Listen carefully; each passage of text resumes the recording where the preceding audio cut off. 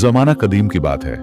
Baghdad से कुछ मील के फासले पर एक छोटा सा कबीला था जिसका नाम कबीला ए बनु सलामा था, जो अपने इखलाक, शराफत और इल्म की वजह से मशहूर था। इस कबीले में एक 20 साल का नौजवान रहता था जिसका नाम जुबैर था। जुबैर की फिक्र और समझ किसी बूढ़े हकीम जैसी गहरी थी। वह अक्सर अपने वालिद हजरत हारिस बिन सलामा के साथ रहता था, जो कबीले के बुजुर्गों में शुमार होते थे। एक दिन जुबैर अपने वालिद के पास बैठा था। गर्म हवा चल रही थी और तारीख आसमान पर बादल गरज रहे थे। जुबैर ने अपने अब्बू से कहा, अब्बू जान, क्या वक्त इंसान की तकदीर बदल सकता है? हारिस ने अपने बेटे को गौर से देखा, फिर कुछ देर खामोश रहे और बोले, बेटा, यह सवाल छोटा नहीं बल्कि बहुत बड़ा है, और तुम्हारी उम्र ही क्या है ऐसे सवाल पूछने की। फिर हारिस ने जवाब दिया, वक्त और तकदीर दोनों खुदा की दी हुई हैं, मगर दोनों का ताल्लुक इंसान के अमाल से भी है। यह कहकर हारिस ने अपने बेटे से पूछा, तुम ऐसा सवाल क्यों पूछ रहे हो बेटा? जुबैर ने लंबी सांस ली और बोला, मैंने देखा है कि हमारे कबीले में कई लोग मेहनत करते हैं मगर नतीजा उन्हें नहीं मिलता। वहीं कुछ लोग कुछ किए बगैर दौलतमंद बन जाते हैं। क्या यही तकदीर है या फिर वक्त किसी के साथ है? हारिस मुस्कुराए, नर्म लहजे में बोले, बेटा, तुम्हारी तलाश शुरू हो चुकी है। जब कोई शख्स ये सवाल करता है तो वो या तो नाखुश होता है या फिर रास्ता तलाश रहा होता है। फिर हारिस ने बेटे को मशवरा दिया कि वो शमशान वादी की तरफ जाए, जहां एक बुजुर्ग हकीम जाफर रहते हैं। कहा जाता था कि जाफर न सिर्फ इल्म के समंदर हैं बल्कि वक्त और तकदीर की गिरहें खोलने का हुनर भी रखते हैं। अगली सुबह जुबैर ने अपना सफर शुरू किया। ऊंट पर सवार, साथ में थोड़ा सा जरूरी सामान और दिल में 1000 सवाल लिए, वो बुजुर्ग हकीम की जानिब निकल पड़ा। रास्ते में उसे कई काफिले मिले। किसी से पानी लिया, किसी से राह पूछी, मगर वो किसी से अपने सवाल का जिक्र नहीं करता। उसका दिल कहता था कि जवाब उसी बुजुर्ग के पास मिलेगा जिसका जिक्र उसके अब्बू ने किया था। चौथे दिन की रात जुबैर एक वादी में ठहरा। रात का वक्त था, तन्हाई थी और ठंडी हवा चल रही थी। अचानक उसे किसी के कदमों की आहट सुनाई दी। वह चौंक गया।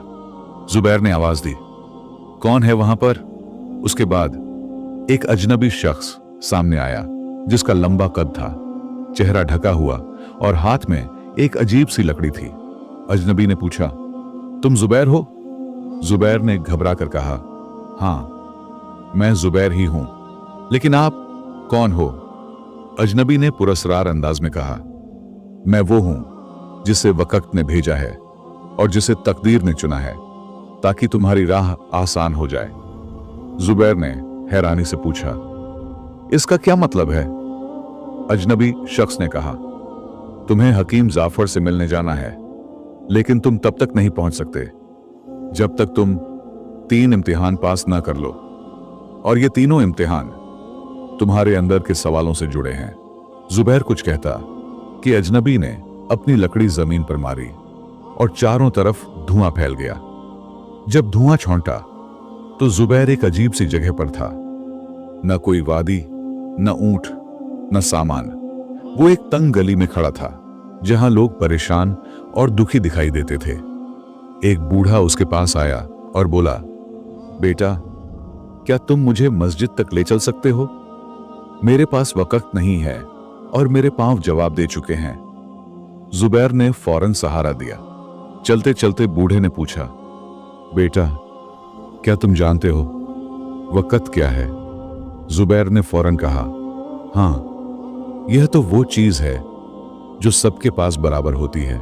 बूढ़े ने कहा, नहीं बेटा, वक्त वो है जो सबके पास तो है, लेकिन सब उसका इस्तेमाल बराबर नहीं करते। वक्त को जो समझ गया वो तकदीर से आगे निकल गया। जब वो मस्जिद पहुंचे तो बूढ़ा गायब हो गया। मस्जिद का दरवाजा बंद हो गया और एक आवाज आई, तुमने पहला इम्तिहान पास कर लिया है। पहला इम्तिहान पास करने के बाद जुबैर दूसरे इम्तिहान के लिए निकलने ही वाला था कि उसने अपने आप को एक बाजार में पाया जहां लोग चीख पुकार कर रहे थे। एक औरत चिल्ला रही थी, मेरा बेटा खो गया है। जुबैर ने बिना सोचे समझे उससे मदद की पेशकश की और बच्चा ढूंढने निकल पड़ा। जुबैर ने बच्चे को कई गलियों में ढूंढा, कई आवाजें उसके कानों तक आईं, लेकिन वो बच्चे को नहीं पा सका। कुछ देर तलाश करते करते आखिरकार एक नहर के पास बच्चा रोता हुआ मिला। जब जुबैर ने बच्चा मां को सौंपा तो औरत ने कहा, अगर तू ना आता तो मैं अपने नसीब को कोसती रहती, मगर अब समझ में आ गया है कि तकदीर का एक हिस्सा किसी नेक इंसान का आना भी होता है। उसके जाते ही सब कुछ गायब हो गया और फिर वही आवाज गूंजी, जुबैर तुम्हारा दूसरा इम्तिहान भी पूरा हुआ। उसके बाद तीसरे इम्तिहान के लिए जुबैर ने अपने आप को एक सुनसान मैदान में पाया। सामने एक बड़ा दरवाजा था जिस पर लिखा था, अंदर वही जा सकता है जिसे खुद पर यकीन हो। जुबैर कुछ देर वहां रुका और सोचने लगा, क्या वाकई मुझ में अंदर जाने की हिम्मत है? इसके बाद जुबैर ने कहा, बिस्मिल्लाह, और दरवाजा खोला। जब दरवाजा खुला तो अंदर एक बड़ा आईना था। आईने में उसका अक्स नजर आया, लेकिन वो अक्स उससे सवाल पूछ रहा था, क्या तुझे खुद पर यकीन है कि तू हकीम जाफर के सवालों का जवाब देगा? जुबैर ने जवाब दिया, मुझे खुद पर नहीं, अपने रब पर यकीन है जिसने मुझे यहां तक पहुंचाया। जुबैर के इस जवाब को सुनकर आईना फौरन चटक गया और एक रास्ता खुल गया। जब वो रास्ते से गुजरा तो सामने एक बाग था। बाग के बीचों बीच एक बुजुर्ग दरख्त के नीचे बैठे थे, जिनका सफेद लिबास, रोशन चेहरा और आंखों में एक नूर था। वो कोई और नहीं बल्कि हकीम जाफर थे। हकीम जाफर ने कहा, आओ जुबैर, तुम वक्त और तकदीर के पहले मरहले में कामयाब रहे हो, अब तुम्हें असली सबक मिलना बाकी है। जुबैर ने अदब से सलाम किया और उनके सामने बैठ गया।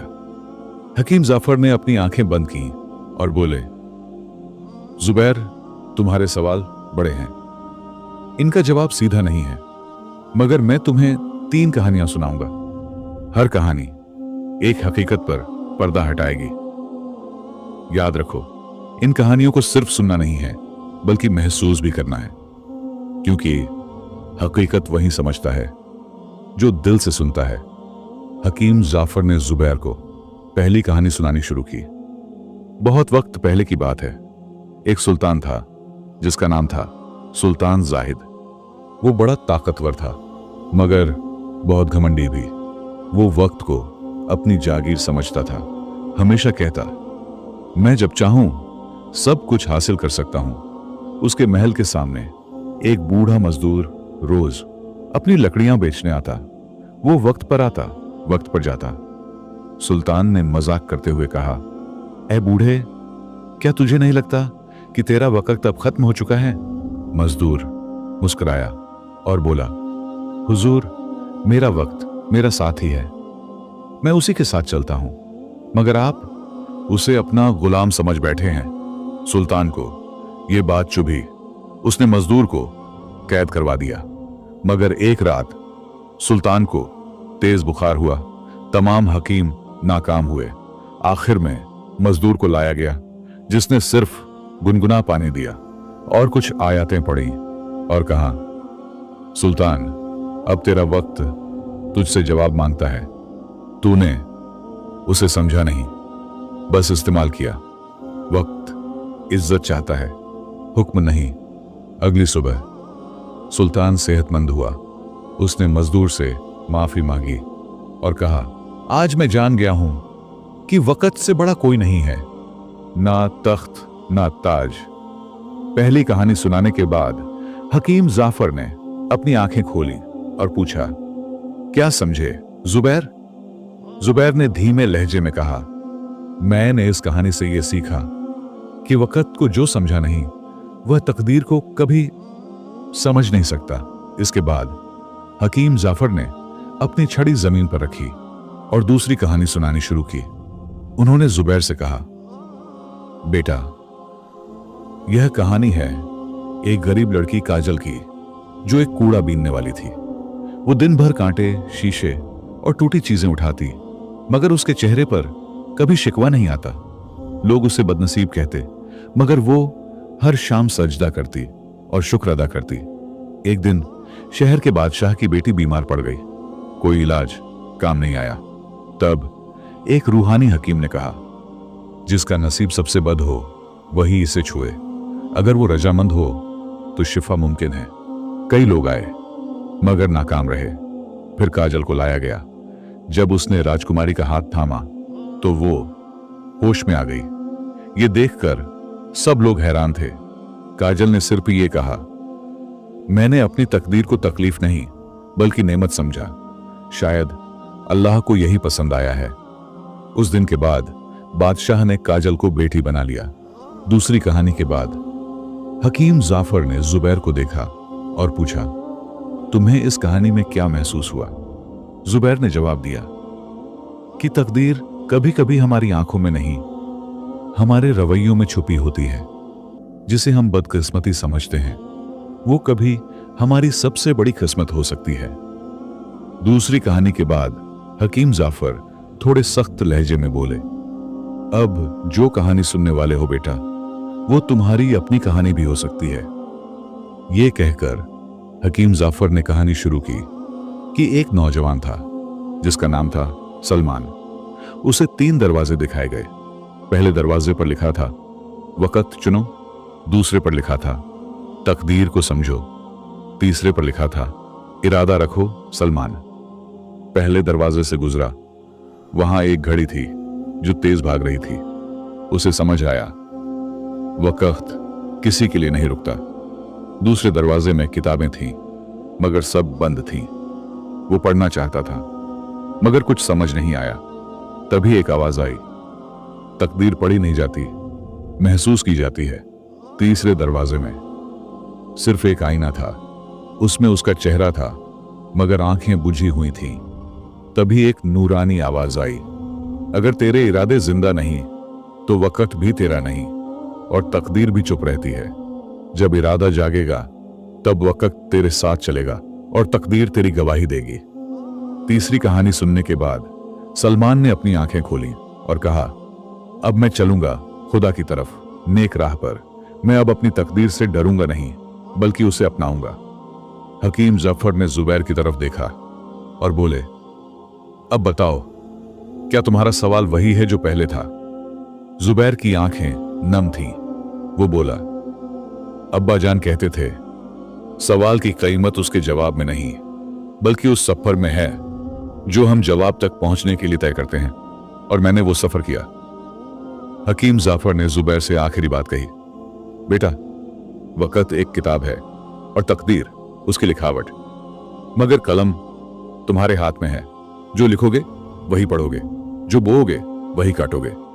हकीम जाफर ने कहा, याद रखो जुबैर, वक्त से लड़ो मत, उसका साथ दो, और तकदीर से डरना नहीं, उसे सजदा करो, फिर वो तुम्हारे लिए रजा बन जाएगी। जुबैर अब बगदाद के उस बूढ़े दरवेश हकीम जाफर की 3 रूहानी कहानियों से मुतासिर हो चुका था। उसके अंदर अब सिर्फ सवाल नहीं था बल्कि जवाब की एक लौ जलने लगी थी। मगर हकीम जाफर ने जाते वक्त सिर्फ एक बात कही थी, अब जब तुझ पर जिंदगी का असली इम्तिहान आएगा तभी तुझे समझ आएगा कि वक्त और तकदीर का असल फैसला क्या है। हकीम जाफर की तीनों कहानियां सुनने के बाद जब जुबैर अपने कबीले लौटा तो उसे सबसे पहले अपनी हवेली का सन्नाटा सुनाई दिया। घर के बड़े दरवाजे पर जो पहले नौकर चाकर खड़े रहते थे, अब वहां खामोशी का साया था।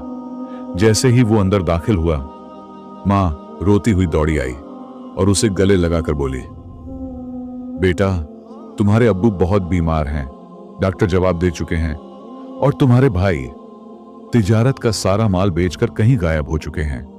जुबैर के कदम लड़खड़ाए, मगर फिर उसके जहन में हकीम जाफर की वो आवाज गूंजी, इरादा मजबूत हो तो ना वक्त दुश्मन बनता है, ना तकदीर गम देती है।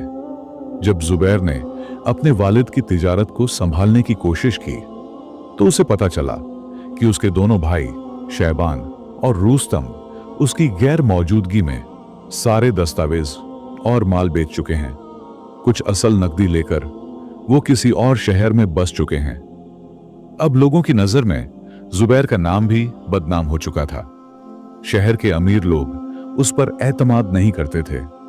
यहां तक कि बाजार के छोटे दुकानदार भी कहते, उसका खानदान तो अब लुटेरा बन चुका है, अब ये क्या कारोबार करेगा। मगर जुबैर ने जवाब नहीं दिया, क्योंकि अब उसने वक़्त से लड़ना सीख लिया था। फिर जुबैर ने वक़्त का सही इस्तेमाल करना शुरू किया।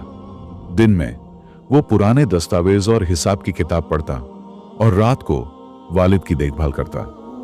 धीरे धीरे उसने एक छोटी सी दुकान खोली, जिसमें वो सिर्फ ईमानदारी और साफगोई से सौदा बेचता। कुछ दिन की सख्त मेहनत के बाद जब हालात कुछ बेहतर होने लगे तो एक रात मां की तबीयत बिगड़ गई। मरने से पहले उन्होंने जुबैर को पास बुलाया और कहा, बेटा, तुम्हारे अब्बू का ख्वाब था कि तुम इस शहर के सबसे नेक और ईमानदार ताजिर बनो, और याद रखना, बद्दुआओं से नहीं, दुआओं से तकदीर बनती है। अपने भाइयों को माफ कर देना। यह सुनकर जुबैर की आंखें भीग गईं। उसने मां के हाथ थामकर वादा किया, मैं वक़्त से शिकवा नहीं करूंगा, तकदीर से लड़ूंगा नहीं, बल्कि उस पर यकीन करूंगा, लेकिन अपने इरादे को कभी कमजोर नहीं पड़ने दूंगा। मां के इंतकाल के चंद महीने बीत चुके थे। जुबैर का कारोबार फिर चलने लगा। वो अब अमीर नहीं, मगर लोगों का एतबार हासिल कर चुका था। उसी दौरान एक दिन शैबान और रूस्तम शर्मिंदा हालत में उसके सामने आए। हालात ने उन्हें कहीं का नहीं छोड़ा था। जुबैर ने उन्हें गले लगा लिया और मां की आखिरी बात दोहराई, जो वक़्त को माफ करता है, तकदीर उसे कभी अकेला नहीं छोड़ती। अगली सुबह जुबैर एक बार फिर बगदाद गया, हकीम जाफर को मिलने। जब उसने अपनी पूरी दास्तान सुनाई तो हकीम मुस्कुराए और बोले, अब तुझ पर हकीकत जाहिर हो गई है। वक़्त और तकदीर एक दूसरे के दुश्मन नहीं, बल्कि साथी हैं, मगर उन्हें साथ लाता है इंसान का नेक इरादा और सब्र। फिर उन्होंने अपनी छड़ी जुबैर को थमाई और कहा, तू अब रूहानी तिजारत का मुसाफिर है। जा, दूसरों को भी बता दे कि वक़्त और तकदीर का फैसला सिर झुकाकर नहीं, सीना तान कर किया जाता है।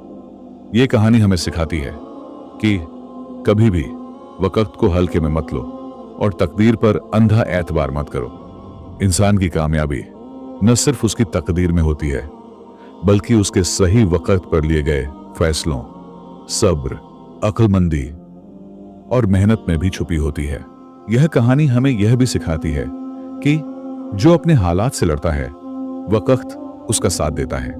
तकदीर पर भरोसा करो, लेकिन वक़्त को ज़ाया मत करो। बुजुर्गों की बातें हकीकत की रोशनी देती हैं। असल फैसला न वक़्त करता है, न तकदीर, बल्कि इंसान की नीयत, अकल और अमल ही उसकी कहानी लिखते हैं। अगर आप लोगों को हमारी ये कहानी अच्छी लगी हो तो वीडियो को लाइक करें, शेयर करें और कमेंट में अपनी राय जरूर दें कि आप लोगों को ये कहानी कैसी लगी, क्योंकि आप लोगों की राय हमारे लिए बहुत अहमियत रखती है। और हमारे चैनल सब्सक्राइब जरूर करें। शुक्रिया।